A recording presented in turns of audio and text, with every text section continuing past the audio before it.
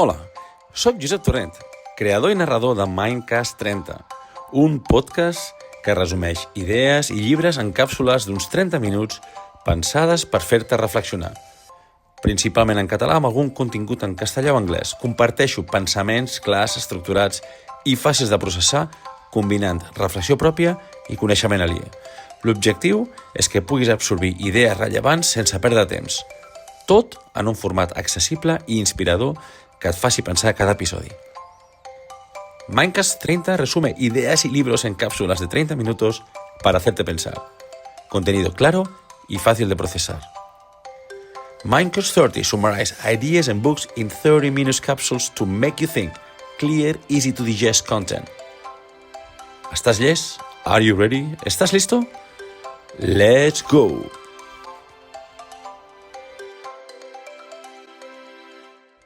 Benvinguts i benvingudes al primer episodi de Mindcast 30, un espai on el temps s'alenteix i el coneixement es converteix en conversa. Aquí no correm, no fem resums ràpids, sinó que ens aturem a pensar, escoltar i a comprendre. Vivim envoltats d'informació, pantalles, titulars, xarxes, sons, tot passa de pressa, massa de pressa, però entre tant de soroll, sovint em costa trobar sentit. Aquest podcast neix precisament per recuperar aquesta calma perduda, per tornar a pensar en profunditat. I per començar aquest viatge vaig tenir clar que havíem de començar pel principi, per la pregunta que travessa tota la nostra història. Qui som, d'on venim i què ens fa humans? No hi ha millor punt de partida que aquest, perquè entendre l'ésser humà és entendre tot el que ens envolta. La cultura, la tecnologia, l'amor, la guerra, la por, l'esperança. Tot comença i acaba en nosaltres. Molts autors ho han intentat explicar. Eduard Ponset, amb la seva mirada curiosa i apassionada, ens parlava del cervell com un òrgan que pensa i a la vegada sent. Marvin Harris va demostrar com la cultura no és més que una adaptació col·lectiva a les necessitats materials. Tornarem més endavant amb Marvin Harris també. Jared Diamond va connectar geografia i història per explicar per què uns pobles van dominar el món i altres no. Robert Sapolsky va posar el microscopi al cervell i el comportament, desxifrant com l'evolució encara guia els nostres actes. Però cap d'ells no ha aconseguit un relat tan universal, tan directe i tan sorprenent com Yuval Noah Harari, amb Sapiens. Publicat el 2011, Sapiens no és només un llibre, és una mirada panoràmica sobre la humanitat com si un observador extern hagués estat contemplant el nostre pas per la Terra i finalment ens fes un informe. Un llibre que sacseja perquè ens recorda que no som el centre de res, que som simplement una espècie més, però amb una peculiaritat. Expliquem històries. I aquestes històries, les nostres ficcions, mites, idees, són les que han aixecat tot el que coneixem, ciutats, religions, empreses, diners, la política. Avui, al primer Mindcast 30, comencem aquest viatge. Ens mirarem des del principi com si fóssim estranys per primera vegada. Perquè només quan ens observem de fons i des de fora, com fa Harari, som capaços d'entendre de debò. Així doncs, benvinguts, aquest és el primer pas, Sapiens, una breu història de la humanitat. Imaginem-ho per un moment. Fa 70.000 anys el món no era com ara. No hi havia ciutats, ni llenguatge escrit, ni fronteres. El planeta era un immens mosaic de boscos, sabanes i muntanyes. I en aquell escenari hi convivien diferents espècies animals. Entre elles els humans. A Europa hi havia els neandertals, forts, amb cervells, fins i tot més grans que els nostres. A l'Àsia, els denisovans, a Indonèsia, els petits homo floresiensis, d'1 metre d'alçada aproximadament. I entre tots, una nova espècie que començava a expandir-se, l'Homo sapiens.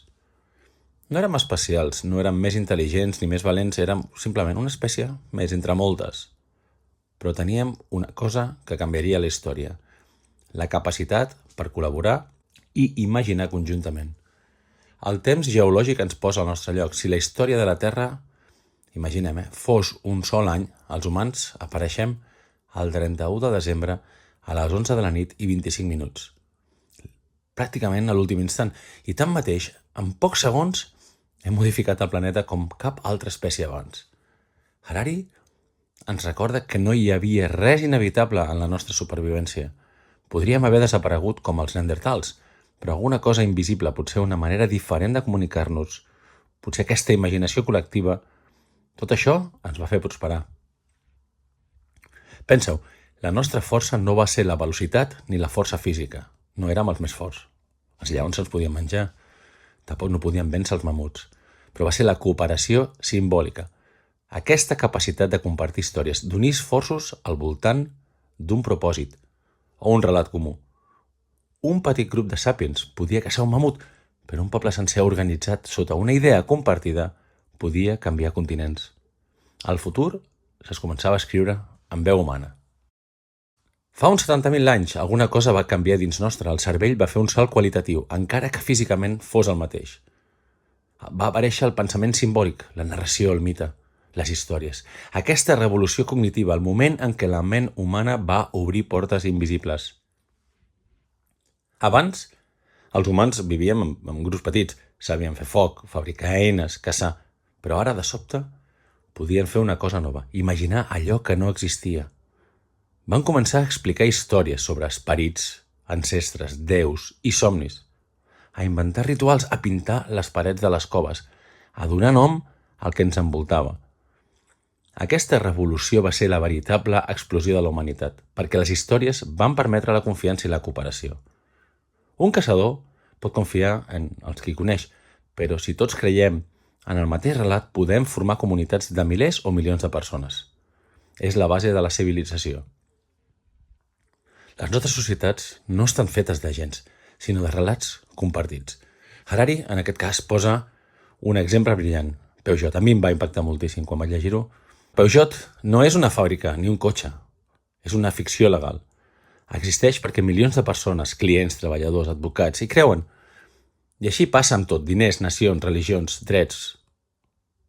Són idees col·lectives que no existeixen físicament, però que tenen un poder immens. La revolució cognitiva ens va donar aquest to diví, crear realitats invisibles i fer-les reals a través de la creença compartida.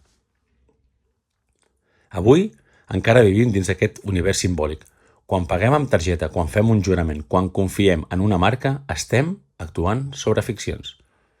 El món és una gran xarxa de creences compartides i nosaltres som els narradors. Us sona la frase «més que un club»? Pensem-hi. I així, en aquest camí, fa uns 12.000 anys més o menys, la humanitat va fer un altre pas decisiu. Va deixar de ser nòmada i va començar a cultivar la terra.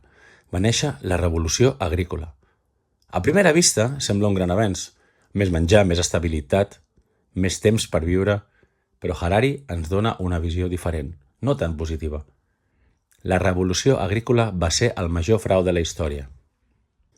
Aquesta frase de Harari pot semblar provocadora, però conté una veritat amarga. Durant mil·lennis, els humans havien viscut en moviment, seguint els ritmes naturals del món, caminant darrere els ramats, recol·lectant fruits, observant el cel i les estacions. Teníem pocs objectes, però molt de temps. Poca seguretat, però molta llibertat. Amb l'arribada de l'agricultura, tot això va canviar. La vida nòmada es va transformar en vida sedentària i amb ella van aparèixer noves cadenes invisibles. Per primera vegada, la humanitat va començar a treballar més que mai. Sembrar, collir, construir magatzems, vigilar camps, regar, protegir de plagues, defensar les collites. Les jornades es van allargar i la dependència de la terra va convertir la natura en una força temuda. Les dietes es van empobrir. Els caçadors-recol·lectors menjaven centenars d'espècies de plantes i animals. Els primers agricultors, en canvi, depenien d'un sol cultiu, blat, arròs, blat de moro. El cos humà, adaptat a la varietat, va començar a patir deficiències, malalties i lesions. I amb la producció d'excedents va néixer la desigualtat. Alguns van acumular més, altres van haver d'obeir. Van aparèixer les jerarquies, líders, exèrcits, propietaris i esclaus. El treball va substituir la llibertat i la vida es va convertir en una lluita per mantenir el que es tenia. Els humans van deixar de viure en harmonia amb la terra per començar a servir-la. Van perdre la mobilitat, però van guanyar preocupacions. Van canviar la incertesa del bosc per la seguretat de la tanca, una seguretat que amb el temps esdevindria ansietat. Harari ens diu que, en certa manera, el progrés va començar amb un engany. Vam creure que dominàvem la natura, però en realitat vam començar a ser dominats per ella. I el guanyador d'aquesta revolució no va ser l'humà, sinó el blat. No vam domesticar el blat, diu Harari. Va ser el blat qui ens va domesticar a nosaltres. Ens va obligar a establir-nos, a cuidar-lo, a protegir-lo, a viure dependents del temps i de les collites. La natura ens havia capturat Amb el blat va néixer la propietat, l'excedent i el poder. Qui controlava la collita, controlava el futur. Van aparèixer reis, soldats, impostos, déus protectors de les terres. El preu del progrés va ser alt. Més llibertat, més por, més dependència. Si ho pensem bé, moltes de les nostres angoixes modernes, estrès, necessitat de control, la por de perdre el que tenim, tenen les seves arrels en aquell moment, quan vam deixar de caminar pel món i vam començar a quedar-nos quiets. La revolució agrícola va portar civilització, sí, esclar, però també la nostàlgia d'una llibertat perduda. Potser en el fons encara enyorem aquell temps on no posseíem res, però tampoc ens posseïa res a nosaltres. Amb el creixement de les ciutats i dels regnes, la humanitat va enfrontar-se de nou a un repte. Com mantenir unides societats de milers o milions de persones que no es coneixien entre si. Quan érem tribus, la confiança es basava en la relació directa. Coneixies el rostre, la veu, la mirada dels altres. Però en una ciutat, en un imperi, això és impossible. Calia trobar un altre ciment, alguna cosa capaç d'unir desconeguts al voltant d'una mateixa idea. La resposta, diu Harari, és tan senzilla com inquietant, amb ficcions compartides. Religions, diners, drets humans, estats, empreses, totes aquestes estructures existeixen perquè hi creiem col·lectivament. No són mentires, són exactament acords simbòlics que sostenen el món, una mica com la idea del Peugeot. Un bitllet no el val res per si sol. No és més que un tros de paper amb tinta, però representa una promesa, la confiança que si el lliures a algú, aquest algú t'oferirà alguna cosa a canvi d'un valor proporcional. Això és un acte de fe, una fe secular, però fe al capdavall. Les religions van ser les primeres grans ficcions compartides, històries que donaven sentit al món, establien normes, diferenciaven el bé i el mal i creaven comunitats estables. Després vindrien els estats nacionals, que ens van convèncer de que eren part d'una mateixa família imaginada, amb una bandera, un himne, una història comuna. Més tard, el capitalisme, el mercat, van construir noves creences, la llibertat individual, el progrés, el consum com a camí cap a la felicitat. Harari no condemna aquests mites, al contrari, diu que sense ells no hi hauria civilització. Recordem, sense ells no hi hauria civilització. Són els fils invisibles que fan possible la cooperació massiva. Sense aquestes històries, els humans no serien capaços d'organitzar més enllà del cercle íntim. Però també hi ha un perill subtil. Quan oblidem que aquestes històries són creacions nostres, les convertim en dogmes. De veritats flexibles passem a veritats absolutes. I llavors, en aquest moment, les ficcions que ens uneixen poden dividir-nos. Pensa en els diners, en la llei, les fronteres, la fe religiosa, fins i tot la idea de l'èxit. Totes són construccions culturals que hem decidit prendre com a reals. I quan algú les qüestiona, la reacció pot ser tan intensa com si ens estiguessin atacant físicament. Avui, en ple segle XXI, continuem vivint dins de mites moderns. El mercat, la marca personal, la democràcia, la tecnologia. La idea de que tot pot mesurar-se, optimitzar-se i millorar-se. Són els nous déus del nostre temps. Ja no necessitem temples, tenim pantalles. Ja no fem sacrificis d'animals, sacrifiquem temps, atenció i silenci. Aquesta és la gran paradoxa de l'espècie humana. Vivim dins d'històries inventades, però aquestes històries determinen la realitat. El món econòmic pot enfonsar-se per un rumor, una elecció política. Pot canviar per un relat viral. Una guerra pot començar per una idea que ningú no pot tocar però tothom creu. Les nostres creacions simbòliques són tan poderoses que poden aixecar o enfonsar civilitzacions senceres. I com més complex és el relat, més sofisticada pot ser la societat. Som animals de relat. I potser el nostre veritable instint de supervivència no és biològic, sinó narratiu. Mentre tinguem històries compartides, continuarem existint. I fa només 5 segles, la humanitat va fer un altre pas monumental, la revolució científica, un moviment que va començar gairebé en silenci, en laboratoris improvisats, en observatoris rudimentaris, però que acabaria canviant-ho tot. Per primera vegada, els humans van fer un gest insòlit, vam admetre que no ho sabíem tot, i aquest reconeixement de la ignorància, que podria semblar una feblesa, va ser, de fet, la clau del progrés. Això va ser la revolució científica. Fins aleshores, el coneixement provenia de l'autoritat, de la tradició, de la religió, dels textos antics. La veritat estava escrita i no es qüestionava. Però al segle XVI alguna cosa va trontollar. Copèrnic va situar el Sol al centre del sistema i no la Terra. Galileu va mirar per telescopi i va veure muntanyes a la Lluna. Descartes va afirmar que el pensament havia de començar pel dubte. Bacon va definir un mètode: observar, experimentar, comprovar. La curiositat es va convertir en institució i la ignorància en punt de partida.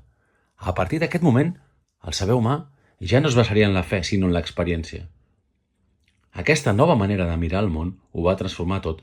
L'astronomia, la medicina, la política, la filosofia, la tecnologia van passar d'una terra plana i immòbil a un univers immens i en moviment. Dels remeis màgics a les vacunes, de la superstició al microscopi, i en només 5 segles, un sospir dins de la història, vam aconseguir enviar màquines més enllà del nostre sistema solar. Cap altra espècie ha transformat el planeta amb tanta velocitat. En mil·lennis d'evolució, cap animal havia alterat tant el seu entorn com nosaltres en només unes quantes generacions. Però aquest èxit també amaga un risc. Com més poder hem acumulat, més fàcil és oblidar-nos del sentit. Harari ens recorda un cop més una veritat incòmoda. La ciència ens ha donat poder, però no saviesa. Sabem més que mai sobre com funciona la vida, però no sempre sabem com viure-la. Hem après a allargar l'existència, però encara busquem el propòsit que li dona valor. Hem après a comunicar-nos a través d'una pantalla, però sovint ens sentim més sols que mai. Aquesta és la paradoxa del nostre temps. Som més capaços que mai, però no necessàriament més savis. Hem conquerit l'espai, però encara ens costa conquerir la pau interior. Harari ens diu que el gran repte modern no és deixar que el coneixement substitueixi la saviesa, perquè la ciència pot explicar com es formen les estrelles, però no pot explicar per què ens emocionem quan les mirem. Pot mesurar l'activitat cerebral de l'amor, però no pot donar-nos la seva experiència. El poder, sense consciència, pot convertir-se en autodestrucció, i el progrés sense límits ètics pot acabar sent una nova religió, la religió del progrés per progrés, sense una fe, sense déus, però amb temples de vidre i circuits. El futur dependrà de si aprenem a utilitzar el que sabem amb responsabilitat, o si, cegats per la nostra pròpia capacitat, seguirem perseguint el coneixement, com qui persegueix un miratge. Potser el pròxim salt de la humanitat no serà tecnològic, sinó interior. Aprendre a equilibrar poder i saviesa, raó i sentit, ciència i consciència. I així arribem al final, o potser al començament d'una nova etapa. Després de recórrer mil·lennis d'història, Harari ens deixa davant d'una pregunta desconcertant. Què vindrà després de nosaltres? Durant la major part de la història, la humanitat ha estat ocupada a sobreviure, a buscar menjar, refugi i seguretat. Però per primer cop, una espècie, nosaltres, hem aconseguit doblegar moltes de les forces que abans la limitaven. Hem controlat malalties que abans eren mortals, hem après a manipular el clima, a modificar gens, a fabricar vida en laboratoris. I ara, diu Harari, estem a punt d'assumir un paper que abans només atribuíem als déus, el de creadors. Ja no som simples observadors de l'evolució, sinó els seus enginyers. Podem alterar l'ADN, fusionar cossos amb màquines, connectar cervells a sistemes informàtics. La frontera entre el que és biològic i el que és artificial comença a difuminar-se. I això ens porta a una idea provocadora. Potser l'Homo sapiens no és el final de la història, sinó una fase de transició. Una etapa entre el que som i el que podríem arribar a ser. El 2015, Harari va publicar Homo Deus, una mena de continuació natural de Sapiens. Si Sapiens ens explica d'on venim, Homo Deus ens pregunta cap a on anem. El llibre imagina un futur on l'espècie humana es converteix literalment en déus, éssers capaços de crear vida, de programar emocions, de decidir què vol ser estar viu. I és que un futur tan fascinant com inquietant ens espera, perquè a mesura que avancem tecnològicament ens allunyem del que ens feia humans. La fragilitat, la incertesa, el misteri. L'Homo sapiens sempre ha viscut amb preguntes. L'Homo Deus podria viure amb respostes prefabricades per algoritmes. Aquesta transformació ja ha començat. Si mirem el món d'avui en dia, la intel·ligència artificial, la biotecnologia, la fusió entre biologia i informació ens porten a un món on el pensament i la màquina poden entrellaçar-se. Un món on potser la consciència no necessitarà un cos per existir. Però Harari ens convida a la prudència, ens recorda que tenir poder no vol dir saber utilitzar-lo. Que potser, en voler ser déus, estem oblidant el que significa ser humans. El repte del futur, diu, no serà sobreviure, sinó decidir què volem ser. No és un debat tecnològic, sinó ètic i espiritual. Què val la pena preservar de nosaltres? La creativitat? L'empatia? L'amor? O deixarem que tot això sigui programat? Potser el gran drama del segle XXI no serà una guerra entre nacions, sinó entre visions del que vol dir estar viu, la vida, entre aquells que vulguin augmentar l'ésser humà i aquells que vulguin protegir la seva essència.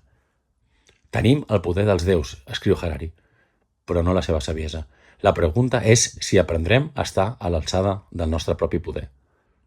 Aquest tema el reprendrem més endavant en un futur episodi de Mindcast 30 dedicat a Homo Deus. Allà explorarem com Harari imagina el món del demà, un món on la biologia, la tecnologia i la consciència es fonen en una nova era posthumana. De moment, Sapiens ens deixa aquí, davant del mirall, conscients del que hem estat capaços de fer i del vertigen d'intuir que tot que encara el que podríem arribar a ser. Llegir Sapiens és com mirar-se al mirall per primera vegada. Un mirall que reflecteix no només el que som, sinó tot el que podríem arribar a ser. Ens recorda que tot allò que considerem permanent, els diners, les religions, les fronteres, són històries compartides que podrien desaparèixer demà.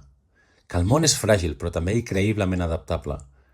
I que, sobretot, la nostra essència no és el poder, sinó la imaginació, la capacitat d'imaginar futurs millors, d'aprendre dels errors, d'evolucionar.